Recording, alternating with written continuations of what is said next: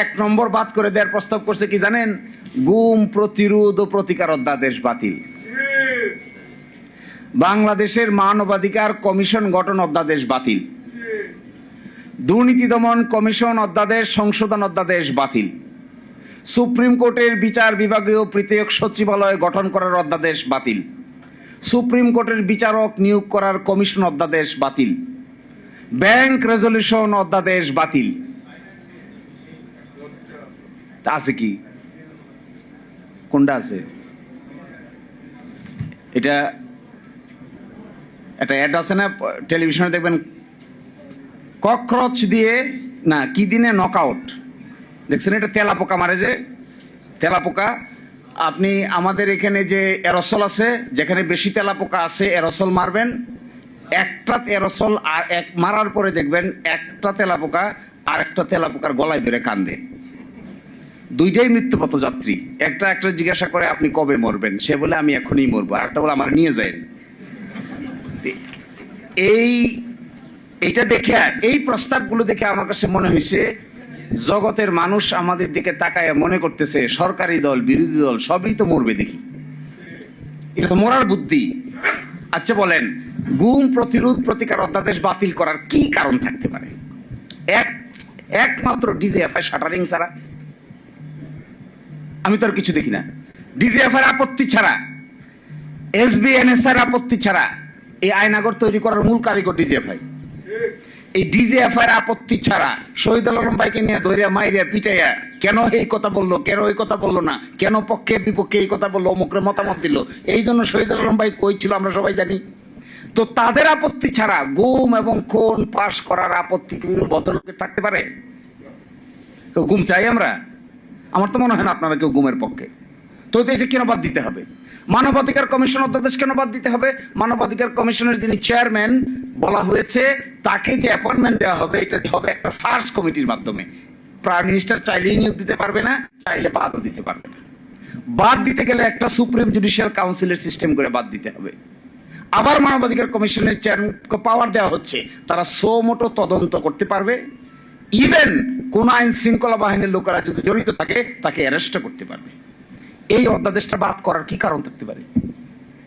তার মানে কি তদন্ত কেউ করবে না? পাশে দেখবেন কমেন্টে লিখছে বাদ দেওয়ার পিছনে মূল কারণ হইলো, এটা পড়লে আপনারা সবাই গলাগলি করে হাসবেন, যেহেতু সরকারের সংবেদনশীল আইন শৃঙ্খলা বাহিনীর সদস্যরা এই অপরাধের সঙ্গে জড়িত থাকতে পারে, এই জন্য মানবাধিকার কমিশন আর গুম প্রতিরোধ অধ্যাদেশ বাতিল। তো গুম তো করবে কে? গুম তো আইন শৃঙ্খলা বাহিনীর লোকেরাই করে, নাকি? গুম যদি আইন শৃঙ্খলার বাহিনীর লোকেরা করে তার তদন্ত হইতে হবে না? আরেকটা ইন্টারেস্টিং, মানবাধিকার অধ্যাদেশের পিছনে কমেন্টে লিখছে যেহেতু এটা সরকারের কোন মন্ত্রণালয়ের অধীন নয়। আচ্ছা, মানবাধিকার কমিশন কি সরকারের মন্ত্রণালয়ের অধীন থাকার কথা? ও আশ্চর্য ব্যাপার, তো স্বাধীন, তো তদন্ত করবে স্বাধীনভাবে, নয় এজন্য বাতিল। দেখেন, সুপ্রিম জুডিশিয়াল পৃথক বিচার বিভাগীয় সচিবালয়ের পাশে কমেন্ট লিখছে কি? পৃথক বিচার বিভাগীয় সচিবালয়ের পাশে কমেন্ট লিখছে যে সরকার ইচ্ছা পোষণ করলে এটা কার্যকর হবে।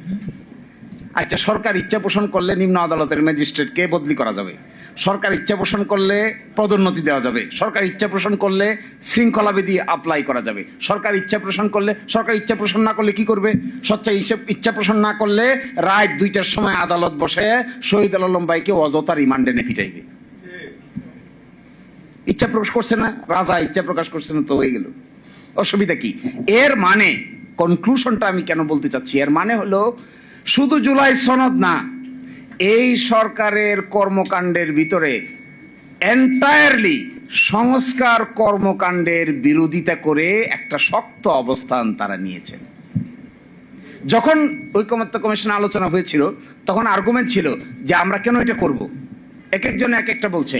সর্বসম্মতিক্রমে ব্যাখ্যা ছিল যে এটা এই জন্য করতে হবে কারণ ক্ষমতাটা এত সেন্ট্রালাইজ, এক ব্যক্তির হাতে এত ক্ষমতা, এইটা যদি বিভিন্ন ব্যক্তিবর্গের কাছে ডিস্ট্রিবিউট করে দেওয়া না হয় তাহলে কোনোদিনেই কোন সরকারের পক্ষেই এত ক্ষমতার মালিক হয়ে স্বাধীনভাবে আইনসম্মতভাবে কাজ না করে ডিক্টেটোরিয়াল মেন্টালিটি ডেভেলপ করতে বাধ্য হবে।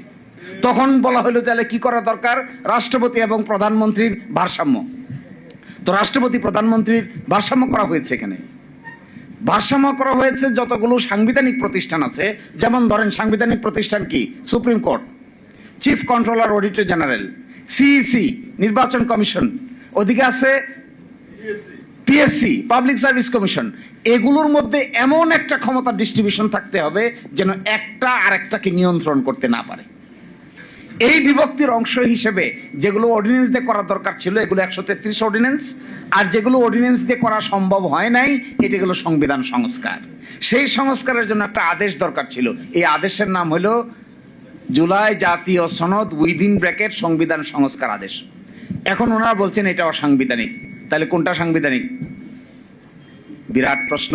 আমি কনক্লুশন ড্র করছি এটা, আমাদের জাতীয় জীবনের এই চরিত্রকে কিভাবে বিশ্লেষণ করা যাবে তা হয়তো ইতিহাসেই বিবেচনা করবে।